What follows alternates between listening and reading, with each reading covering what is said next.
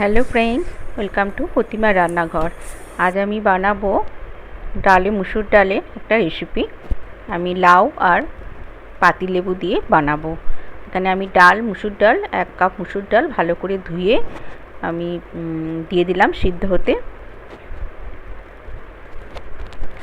Half সিদ্ধ হয়ে গেছে ডালটা। আমি ওপরের গাজাটা একটু ফেলে দিলাম, দিয়ে আমি কচি লাউ টুকরো করে নিয়েছি 1 বাটি, আমি দিয়ে দিলাম। লাউটা যেন বেশ কচি হয়।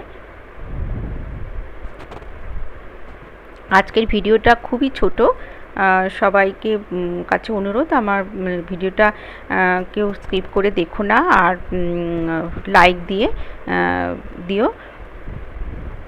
এবারে আমি আরও কিছুক্ষণ ঢাকা দিয়ে রাখবো। ডালটা হাফ সিদ্ধ হয়েছে।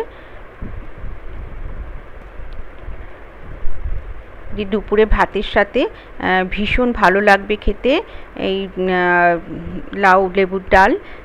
তোমরা বাড়িতে ট্রাই করো বন্ধুরা, আর ভালো লাগলে কমেন্ট করে জানিও আমাকে। ভীষণ ভালো খেতে লাগে, তোমরা অবশ্যই ট্রাই করো বাড়িতে। এই গরমকালে দুপুরবেলা ভীষণ ভালো লাগবে খেতে। আমার ডালটা সিদ্ধ হয়ে গেছে, লাউটাও সিদ্ধ হয়ে গেছে। আমি নামিয়ে নিয়েছি, নিয়ে একটু জল দিয়ে দিলাম। জলের পরিমাণটা তোমরা যে যেরকম পাতলা করবে ডাল সেই রকম পরিমাণ দেবে। আর হলুদ দিলাম, দিয়ে ভালো করে ঘেঁটে দিলাম। এবারে আমি কড়াইতে বসিয়ে দিচ্ছি, সর্ষের তেল দিলাম 3 চামচ, আর দিলাম কালো জিরে আর গোটা সাদা জিরে ফোড়ন দিলাম, দিয়ে একটা কাঁচা লঙ্কা ফোড়ন দিলাম। তোমরা চাইলে এখানে শুকনো লঙ্কাও দিতে পারো।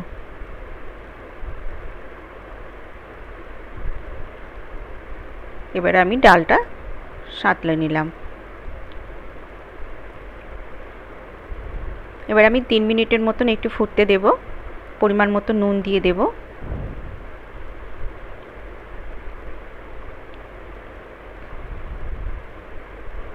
তোমরা চাইলে একটু মিষ্টি দিতে পারো।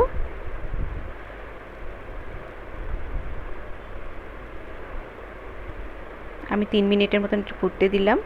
3 মিনিট পরে দেখো লাউ তো সিদ্ধই হয়েছিল। এবার আমি গ্যাসের ফ্লেমটা বন্ধ করে দিচ্ছি। আর এবারে আমি একটা লেবুর রস করে রেখেছি, আর একটু দু পিস স্লাইস করে কেটে রেখেছি, দিয়ে দিলাম লেবুটা। একদম লাস্টে গ্যাস বন্ধ করে দেবে। ভীষণ ভালো খেতে লাগে। আবারও আমি বলছি বন্ধুরা, তোমরা অবশ্যই বাড়িতে ট্রাই করো একবার, আর আমাকে কমেন্ট করে অবশ্যই জানিও। দুপুরে ভাতের সাথে ভীষণ ভালো লাগবে খেতে। সবাই ভালো থেকো, সুস্থ থেকো। আজকের মতন টাটা।